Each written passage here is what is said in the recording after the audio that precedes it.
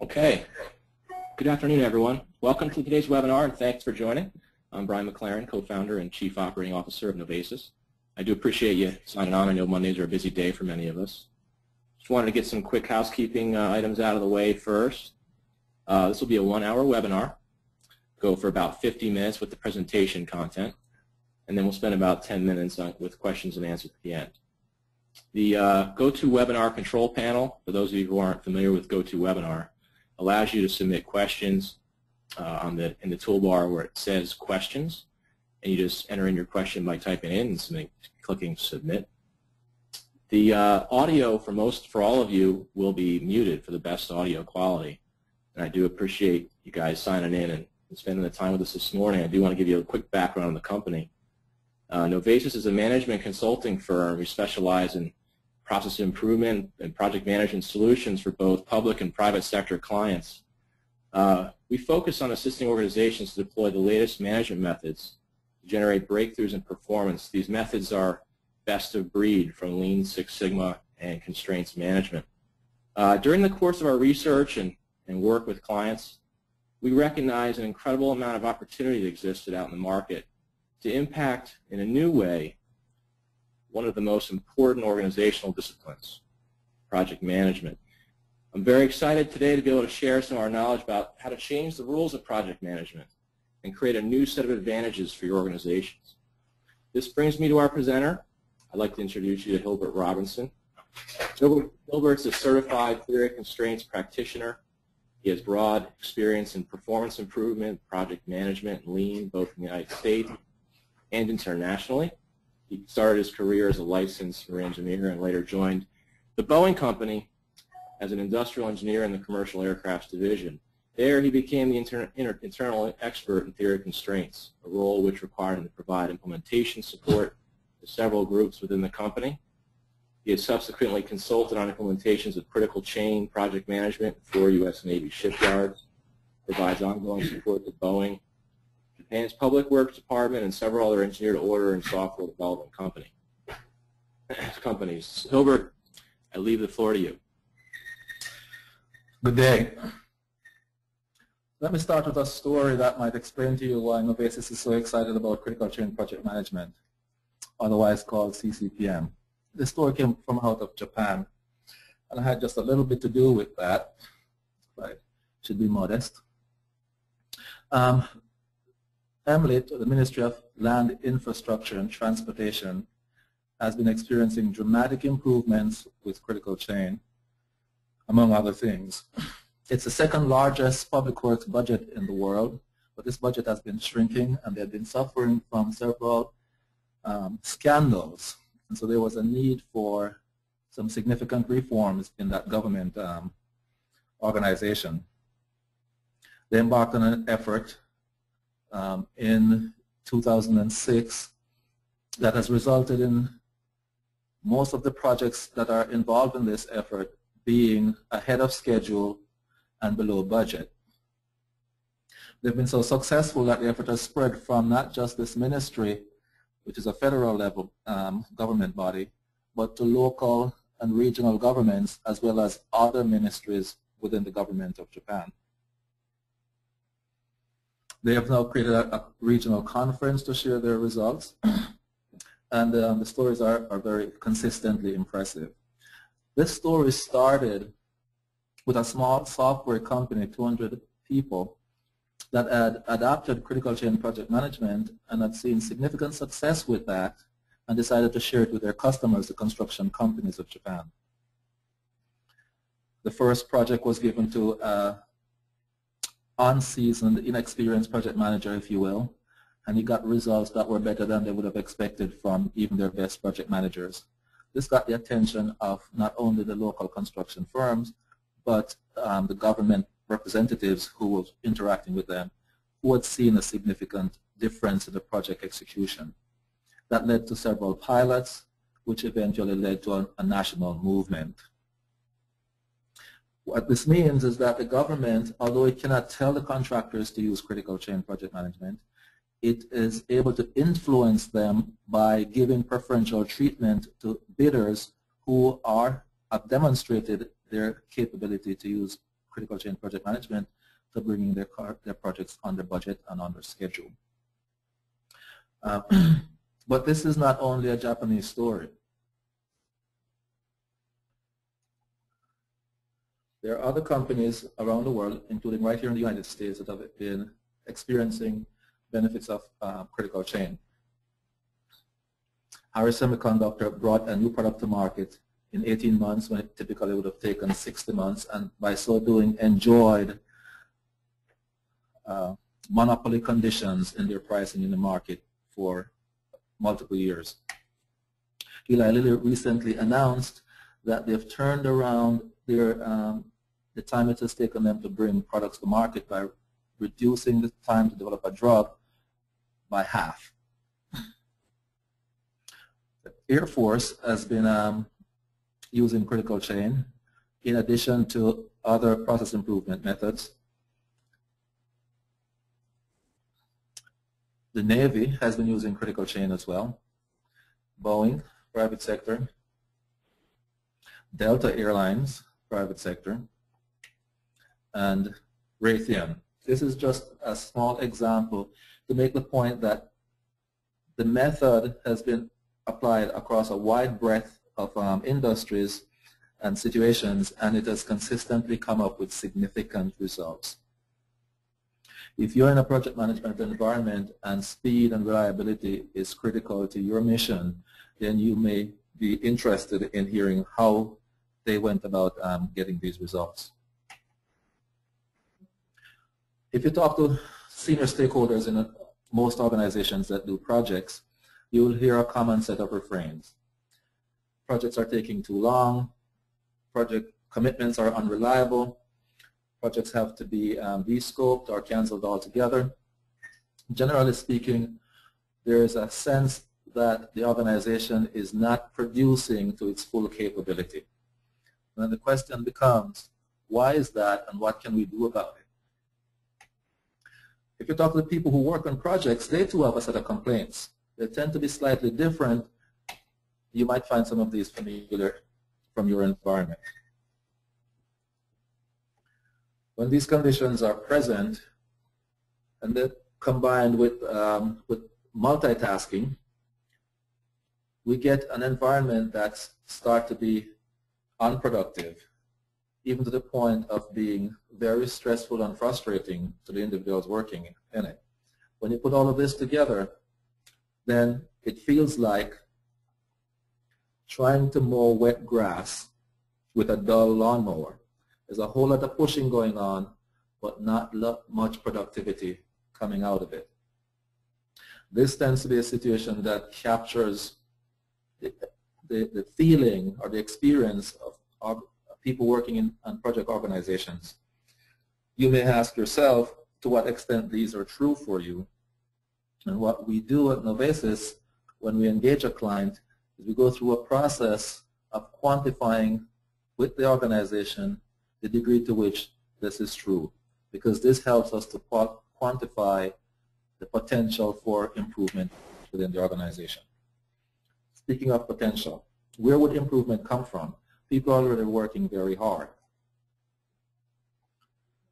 There's a certain amount of productive effort that goes on in an organization, and then there is effort that is expended to deal with things in the environment that is outside of the control of the project team.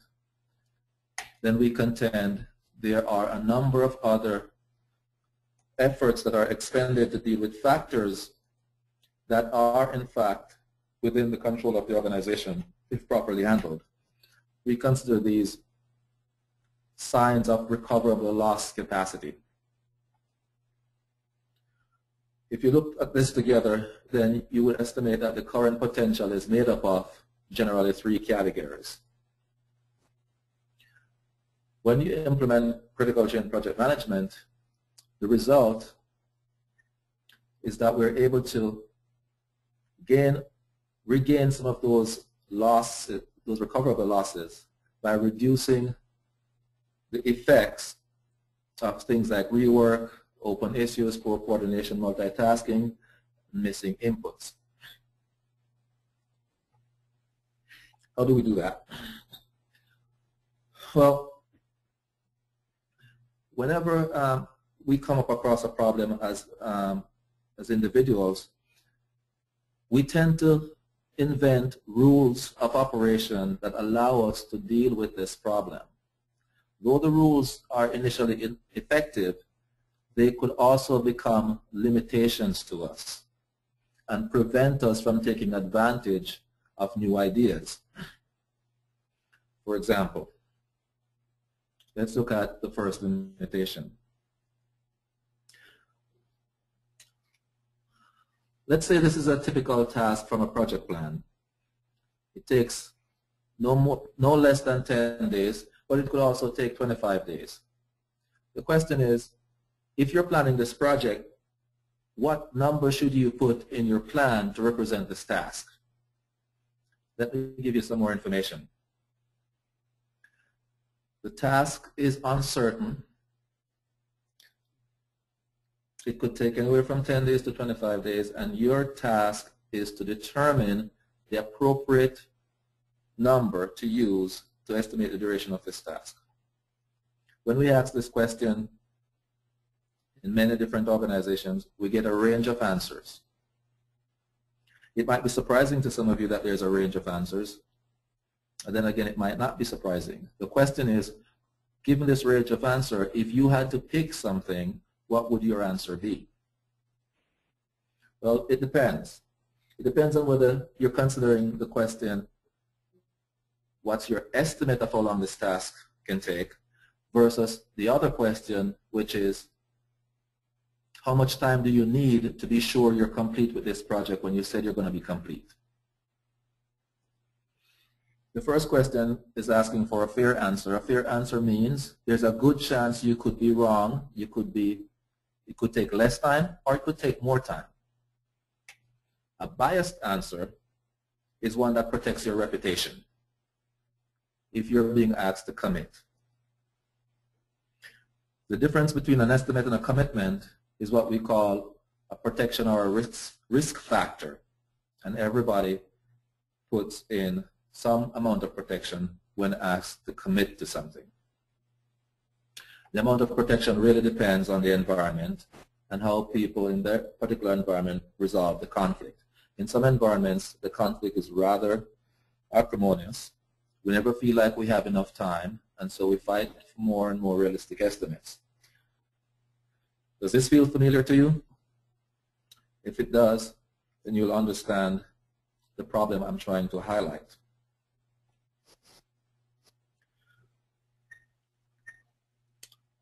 This situation creates conflicts between people. The conflicts are well understood, but it's not easily resolved.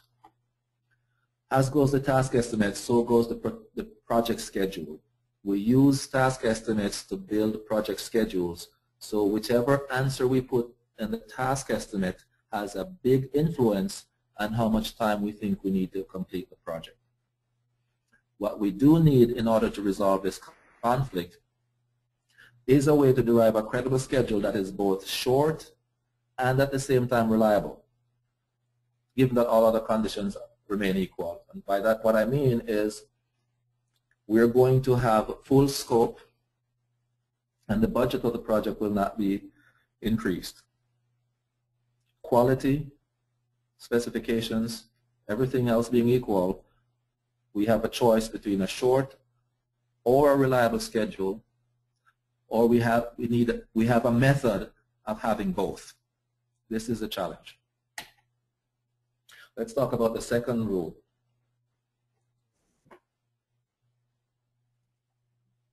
In many organizations, most project organizations, I would venture to say, resources are not just working on one project at a time. There is a temptation to overcome at the organization that we usually fall victim to based on the following belief. The sooner we start a project, then the sooner we will finish. At the same time, we know that it's very difficult to have idle capacity or resources that are not gainfully employed sitting around in an organization for too long. If this is true, then we can assume that organizations are chronically overloaded. We combine that with the fact that many lucrative opportunities exist and that there's a belief the more opportunities we take advantage of, the better. Then organizations are chronically overcommitted. Why do we care about the overcommitment of organizations? Let's look at this example. Say there's a small team and they have 3 hot projects that just arrived. Each of these projects takes 7 weeks. The question before us is, how exactly should they schedule these projects? They're equally hot. They could take 7 weeks to get completed. What time should they promise to each of the project owners that they're going to be finished with these projects? Here's what typically happens. All 3 projects are stacked on top of each other. We only have one of each resource. Does this sound familiar? Why do you suppose we do this? It's that belief. The sooner we start, the sooner we finish. But is this belief necessarily true?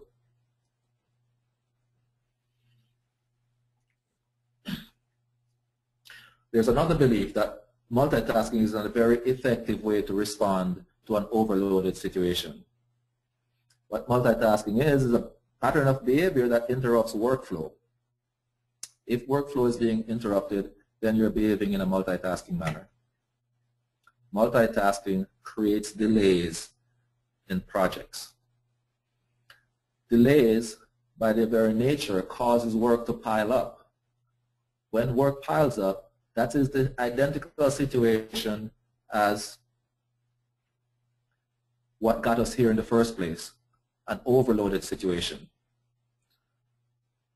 Ergo, multitasking is a self-reinforcing trap. We do it to get out of the overload situation, but it creates more overload for us. The resulting condition is as follows. Note here that resource A works for just 1 week and then interrupts that task and goes to the second project. Then he interrupts that task after another week and goes to the third project. Returns to project 1, then to project 2, then to project 3.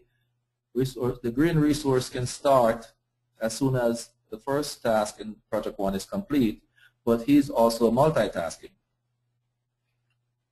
And so on.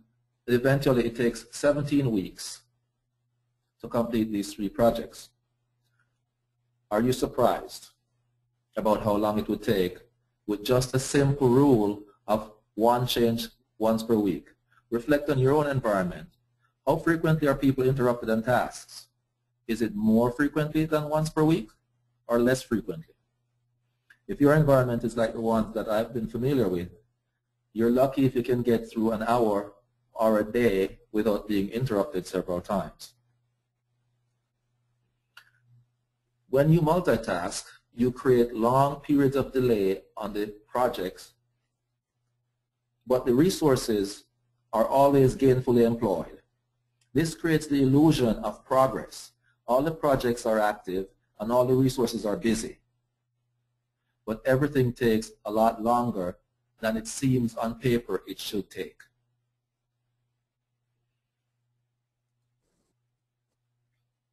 You know, there's a game that one can play to illustrate this more viscerally. We can provide the instructions if anyone is interested. Last time I did this game with a group, we had the following results. When the group multitasked, on average it took 120 seconds to complete the exercise. When the group did not multitask, it took an average of 70 minutes to complete the task. There was a significant reduction in the time it took to complete all 3 projects. And groups are typically very surprised to realize that by not multitasking, they could significantly improve how long it took to complete a project. Notice that typically the worst single tasker is actually better than the best multitasker. And this is illustrated in this exercise quite well. Also, when you are able to focus and finish a project, the promises you make are more reliable. The distribution of the two data sets is different, significantly different. Well, why do people multitask? There are a number of reasons offered for the benefits of multitasking. The main point I want to make here is that despite the reasons and how attractive they are, they ignore the significant cost to multitasking. What's that cost?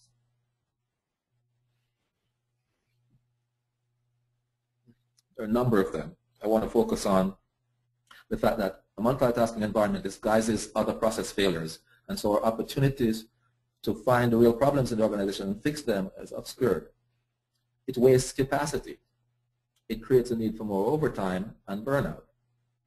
The biggest problem, in my opinion, is that it dilutes management's attention and focus, and as a result causes management to lose control of the organization, despite their efforts to try to gain control through elaborate reporting mechanisms and long meetings. Multitasking, getting rid of multitasking would do a lot more in improving the productivity of the organization than some of the management efforts today. Let's go on to the third rule. In such an organization, it's typically true that it's difficult to come up with clear priorities. As a result, organizations, departments set their own priorities, and what that looks like is a basic intersection where there are no rules of the road. Let's just blame this on some country outside of the United States. Rush hour traffic, horns blaring, everyone is stressed out, nothing productive is happening. Does that feel familiar to you? We try to establish priorities by who shouts the loudest. We have fights between different departments. We have irate customers trying to get our attention. We have project managers elbowing their way to try to get progress on their projects. We may even have outside regulators, friends, important executives who try to impress upon us the importance of their particular project, but it just makes the situation worse. We've covered the three main problems that are addressed by critical chain project management. Now I'd like to introduce you to the method by which critical chain project management overcomes these problems and by so doing releases significant untapped capacity within the organization so that projects can have much better performance.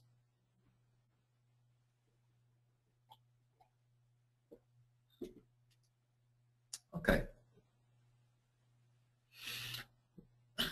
Let's talk through this a little bit. So we started out with problems, and because these problems exist, we came up with rules that allow us to adapt. Now when I say rules, I'm talking about common practices, behaviors, culture even, that defines the way we do things around here.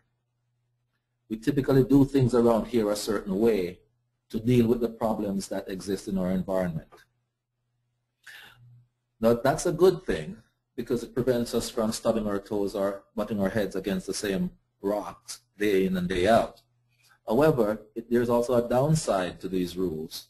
They can blind us from seeing the opportunity to overcome the problem when it presents itself. And so it's no surprise that sometimes you can offer someone a solution to a problem and they can walk away from it because it violates their current rules. But critical chain project management intentionally violates the current rules because it holds no sense of no obligation to maintaining the rules.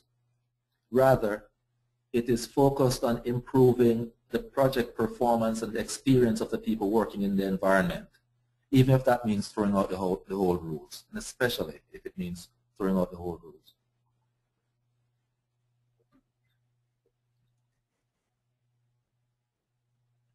Now, the first problem had to do with how do we commit in the face of uncertainty in a way that's reliable and at the same time short.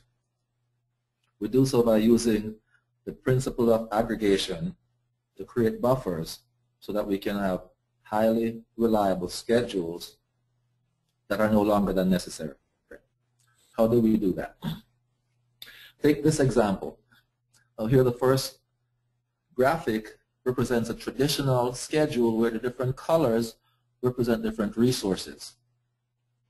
Now, each of these tasks are 10-day tasks for a total of 60 days on the critical path.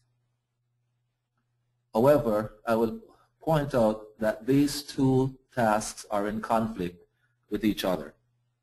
If we were to resolve this resource conflict, this would be a 70-day schedule. Traditional schedule with resource leveling. Now, the 10-day tasks include that protection factor we talked about before. In a critical chain environment, after explaining the difference between an estimate and a commitment to the people involved, we would get new estimates, which would typically be half of the original estimates. This is a rule of thumb.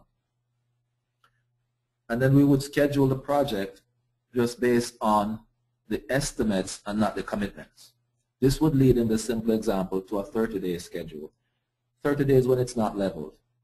The next step then would be to level that schedule, which would make it 35 days long, and then, critical chain, identify that longest chain of tasks, including the resource dependency, that determines the overall length of the schedule.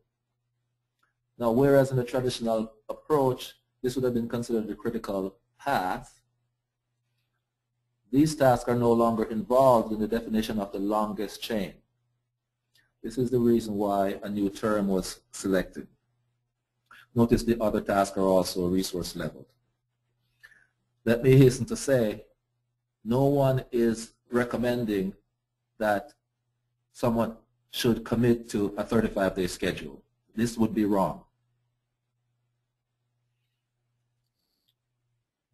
In fact, what we need to do is to generously protect that 35-day schedule with a buffer.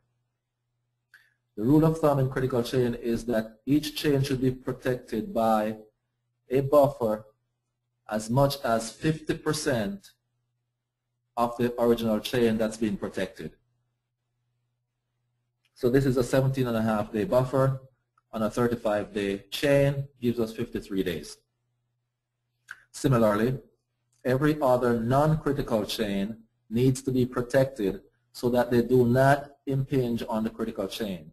This gives us a relatively stable schedule because feeding chains has to first exhaust their feeding buffers before they can impact the critical chain. Note that the estimating of the tasks is separated now from the commitment phase where the overall project schedule is established. And we explicitly keep these separate. Of course, this requires a different set of operating agreements between the individuals who manage and work on the projects. And we'll talk about that a little bit more later. We know that whenever we aggregate, we get better protection. This principle is demonstrated in insurance, for example. Notice that when buffers are put at the end of the chain, that's the most strategic place to put them because although we know anything can go wrong on any task, something doesn't always go wrong on every task. If we try to protect each task independently, then chances are we're never going to have enough protection when something does go wrong because we can't give each task enough protection to save them from every situation. Putting all the protection at the end mean all tasks can equally draw from it if needed, and the tasks that don't need it do not have to use it.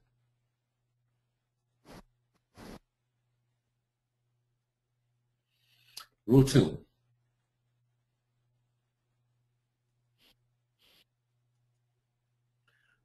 We're trying to avoid a situation where the organization is overloaded. In order to do that, we must pace the projects. Question is, how exactly do we pace the projects to find that sweet spot between overloading the organization too much and not loading it up enough so that we have unnecessary waste of resources. Let's go back to the original situation we considered before. Let's say this is the project team that we talked about before, and they have a fourth project opportunity. Question for you is, when exactly should they promise to be finished with this new project?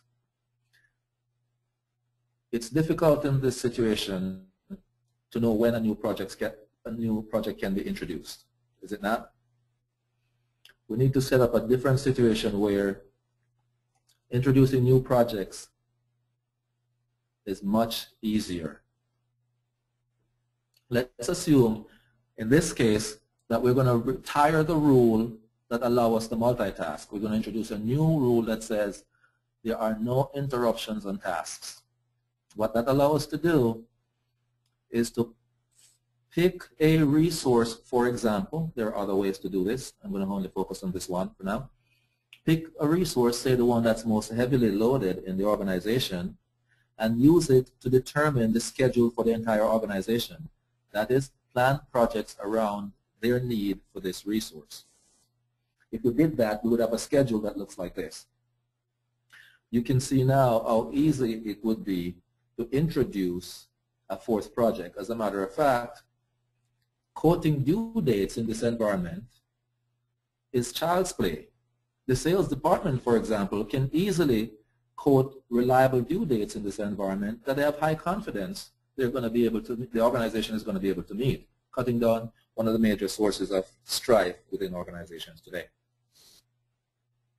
Note that the resource loading is different in this case because we're pacing on the green resource. They're fully utilized. Also note that in the time it took to do 3 projects before, we're now showing 4 projects. Did you catch that? Okay. So that's making sure that we don't overload a resource. That was the problem number 2. Let's look at problem number 3. This is a problem that has to do with the traffic jam at the traffic intersection, where the organization does not have clear priorities and therefore there is no ability to focus. We need a mechanism that allows everyone in the organization to be on the same page and to have be operating by the same rules of the road, if you will, so that it's clear who has the right of way at any point in time as conditions dynamically change. How do we do that? Well, we take advantage of the project buffers we created before. Project buffers serve the purpose of protecting the commitment from the variation that happens within the project. It also serves the purpose of creating a new measurement system that can be used to provide universal priorities across the organization. And this, in my opinion, is the biggest value of project buffers and the reason why you want to be generous with them. Let's take a situation where some time has passed. In critical chain, we ask the resources working on the task not what their % complete is, because that's looking backwards. We ask them how much more time do they need to finish the current task, because we know things change and the original estimate could be very wrong. In real time, we need to know all the corrections that apply to the current task estimate. In this case, this resource is reporting that there have been some delay. Notice how the schedule adjusts to absorb that delay. Eventually, the task has been delayed enough to create an impact on the project buffer. This impact on the project buffer is very important in telling us how much risk there is to our due date. the more project buffer we have consumed, the higher the risk that we're going to miss the due date. The more critical chain we have completed, the lower the risk that we're going to miss the due date. This gives us the ability to combine remaining chain with remaining buffer and derive a ratio, a value that gives us an indication of the health of the project. It looks like this. This was the first data point. This is the second data point. 15% complete on the critical chain, but we've used 25% of the buffer. What does your intuition tell you?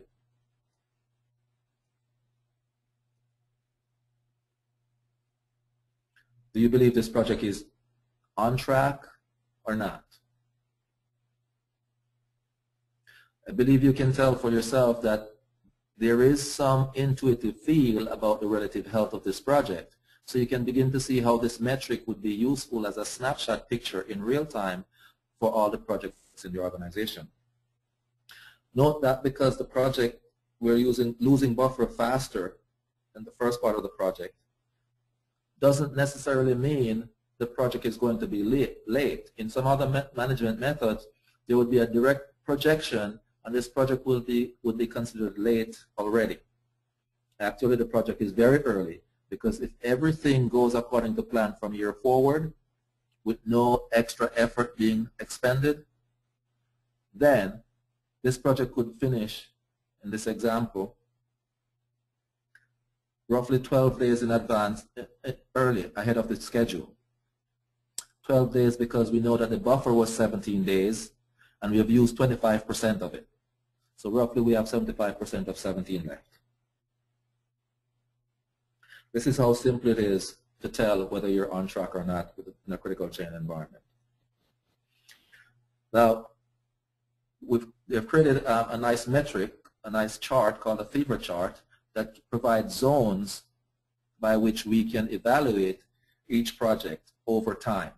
You can see here that the project experience has been fluctuating. At one point, we were losing buffer too fast. Actions were taken and we were conserving buffer. We were actually returning buffer to the buffer bank. At some point, we determined that we had enough buffer and we could expend some, maybe in order to help some other project team, which is something that naturally happens in a critical chain project management environment, probably more so than your typical project environment. When the project is in the green, we watch it. We come up with plans when it's in the yellow, and we execute those plans to recover project buffer when it gets into the red. When this is applied to all the projects in the environment, it allows us the ability to create a portfolio view of all the critical chain projects. This would provide a snapshot in time of all the projects in the portfolio. These numbers represent project IDs. Other nomenclature can be used instead. And here this chart has been modified to give some relief to the project team if they start out a little slowly. But the modifications have been changed to put a lot of pressure on projects that are coming close to their due date. Notice that a project could finish in the red but be ahead of schedule. This means red is not necessarily bad. Red reflects the sense of urgency that needs to be applied at the moment. An executive who has a chart like this knows that they can ignore these projects. They don't even have to have project review meetings with these people. They need to start paying attention to these projects to make sure that the situation doesn't deteriorate anymore.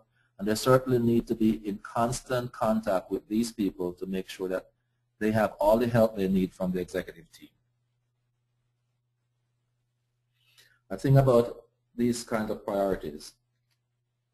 When you have buffer-derived priorities, they provide a uniform reference point so you can compare the urgency of one project against the other, regardless of the relative importance of a project. Because in execution, project importance distorts people's priorities. Now we can go back to something that's more sane and neutral and not favor a particular department, a particular boss, a particular customer, but have a sane set of uniform priorities throughout the organization. What does this do for us if we have this in place? We're able to then institute what we call the critical chain culture. Critical chain culture is a collection of behaviors that are designed to maximize the rate of completion of projects, not just one project, but all the projects in the environment. We don't want to break the flow. We don't want to break the chain of tasks. We want to conserve the buffers as much as we can. All our behaviors are directed towards conserving the buffers, not, for example, being efficient.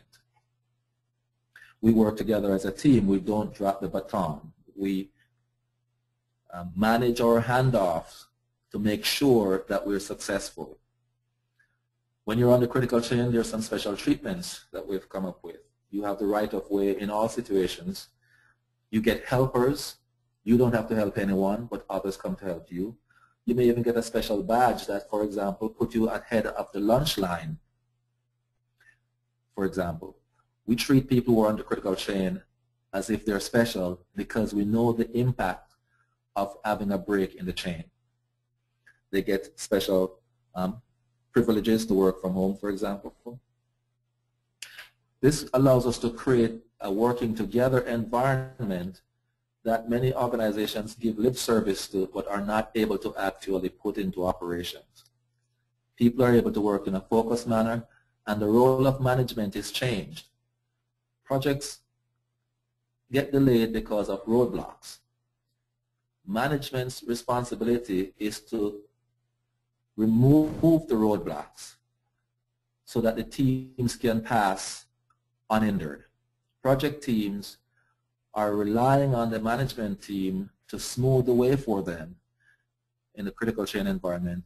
This is in the reverse to what typically happens in other environments where management's primary focus is on beating up the project team as opposed to helping them. In that situation, we're able to create a spirit de corps or a feeling among the team members that this is a great place to work. This is where I want to be every day. This is the opposite of the environment we started out discussing. When you're able to create such an environment, the result is not only is your original performance improved, but there is hidden potential within the teams that can be tapped into. More effective teamwork gives you better performance than you could get from beating up on the teams today. And that's not considered in our understanding of capacity today. Learning curve is easier because everyone is helping each other. Everyone is sharing. The overall feeling is one of both hard benefits where lead time and due date performance and cost are significantly superior, and soft benefits without trade-off. Today, leaders want to have these soft benefits for their organization, but they feel that they would have to trade off what is already poor project performance for even worse project performance in order to get these soft benefits. With critical chain, we're able to get both. In summary, we have a set of problems that make project management difficult. We have created a set of adaptations to these problems that allow us to survive. But these adaptations have made it difficult for us to understand how we could overcome the problems in the first place. Critical chain project management has introduced 3 new rules and some supporting practices that allow us to abandon the old rules and overcome the problems that we were trying to solve with the old rules. By so doing, organizations that adapt these new rules have been able to experience significant advantages over those who don't. Now, I hope this has been interesting to some of you, and you may have some questions. I'm going to go to questions in a minute, but permit me to make an offer to you just before we do that.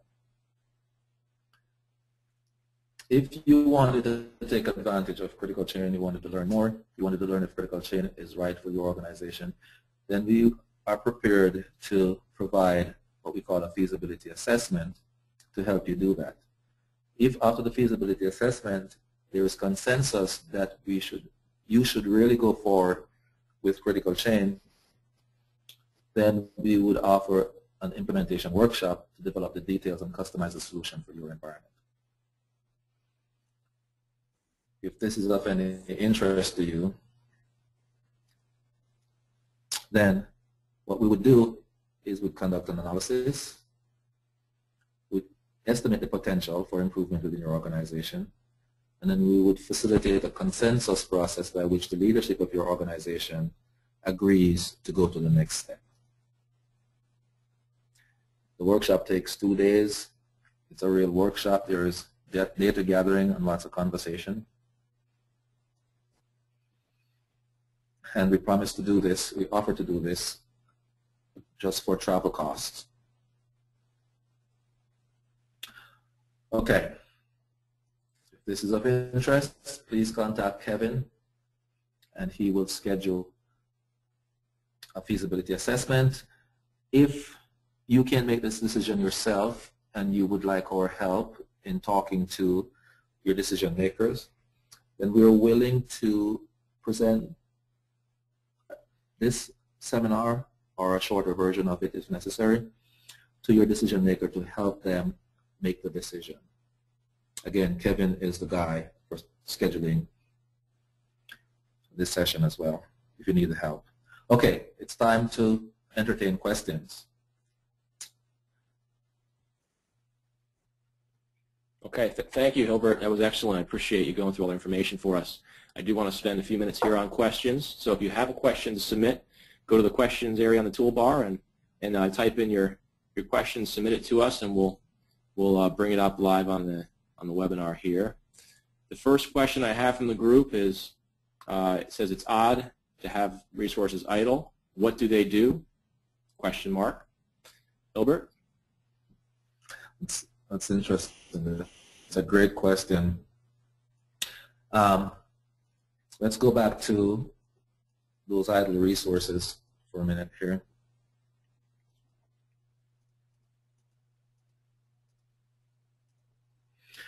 This is one of the toughest questions for executives making this decision. It really is a choice, and it's a choice that requires a certain dose of courage as well. But let me try to make this easy for you by first reminding you that even though the resources appear to be idle here, they're accomplishing 4 projects in the space of time it took to accomplish only 3 before.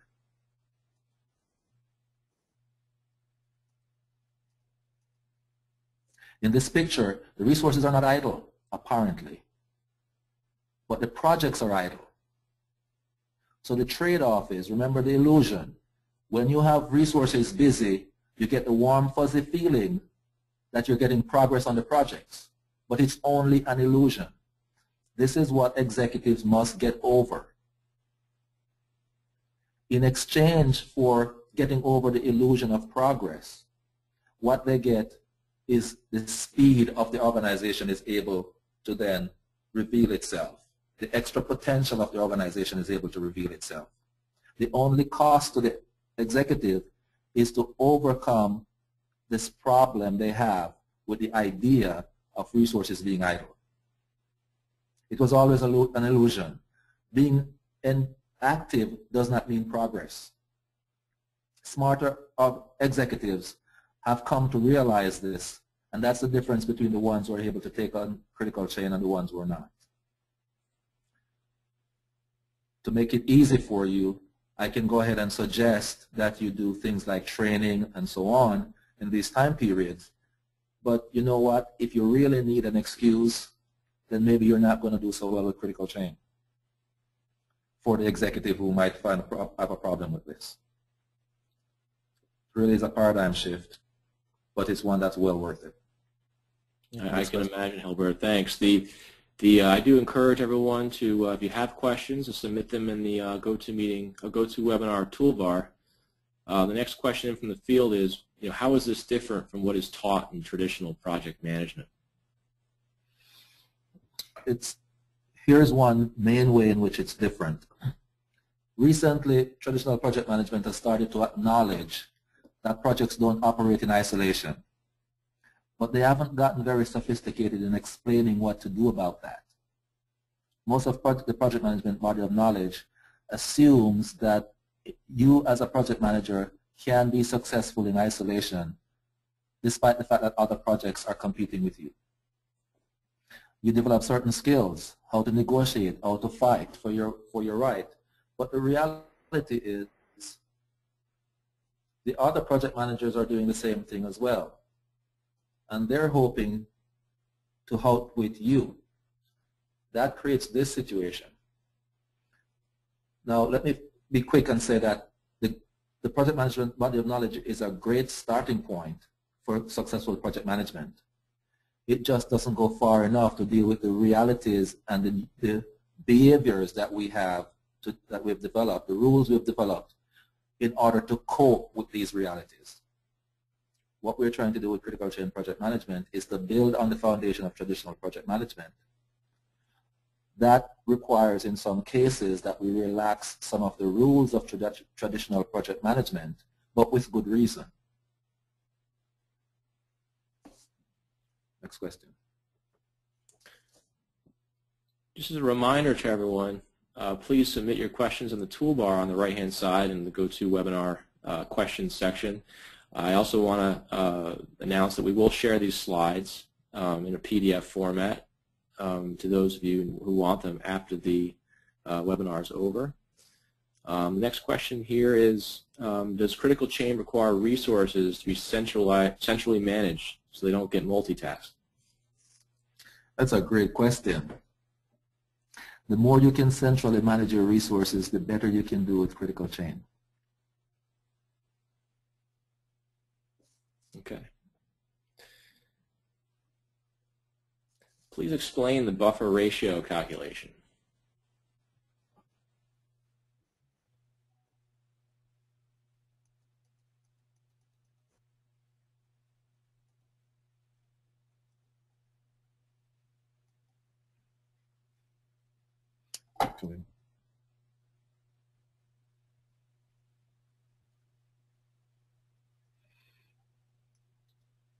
So in this example, the remaining critical chain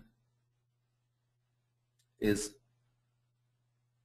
85% of what it was at the start. We made some progress, but we also lost some ground. We take that 85% and we ratio it against the 25% project buffer that has been lost as a result. Project buffer was originally 17 days. As a result of this delay, the remaining project buffer is something less than 17 days, 12 days, say. And if you convert those numbers to percentages, it's 15% consumed in the project and the critical chain, 15% completed, and 25% consumed in the project buffer. Those are the two data points that are used to plot on this graphic, 15%, 25%. And that really is just looking at the remaining days on the critical chain, taking that as a percentage of the overall critical chain. Actually, it's 1 minus because this portion is the remaining 85%. This portion is the consumed 15%, which is computed from the remaining. The remaining buffer is 75%. This portion consumed buffer is 25%. That's what gives us the data point. And every time the project plan is updated, and we update regularly, preferably daily, for only the tasks you're working on, by the way, and you're not multitasking, so that's easy. So over time, we can track how the project is doing using that ratio. And we can compare with other projects using the same ratio. Wilbur, we have more time buffer that's gone. I'm sorry. Sorry, go ahead. So Hilbert, we have time for one last question unless you wanted to finish that last section off there on that question here. Go ahead. Okay, one last question before we close out. When there is planned slack time, does that mean that the resource is given additional non-project tasks? Yes and no. In a multi-project environment, the resource could easily be working on another project. If it's a single project environment, they may have to do non-project time, but understand that in a critical chain paradigm, the emphasis on making sure the resource is busy is minimized. That is not a priority. We're really trying to change the culture of the organization where busyness does not equal value. So if there's nothing of value to do, we wouldn't make things up. It is okay. Of course, we can be creative in finding useful things to do with people's time, but we don't want to create a situation where before you know it, the organization is overloaded again, because that's what got us into the trouble in the first place. Okay. Well, I do want to close the session out here. We're just about up on the hour. I appreciate everyone taking the time today to join us and learning a little bit more about critical chain project management. Hilbert, if you can flash to the last slide on the presentation there, we'll close out with just announcing to you the contact information that Hilbert had up before. I do encourage you to take advantage of learning more from Hilbert. We can set up additional meetings to dig in deeper on this topic, or if you're interested in taking advantage of that 2-day on-site assessment, we can work through and schedule that in. So please give us a call. Kevin Farley is available. His direct number and his email address is there. Appreciate your time, and I wish you a great day. Bye-bye now.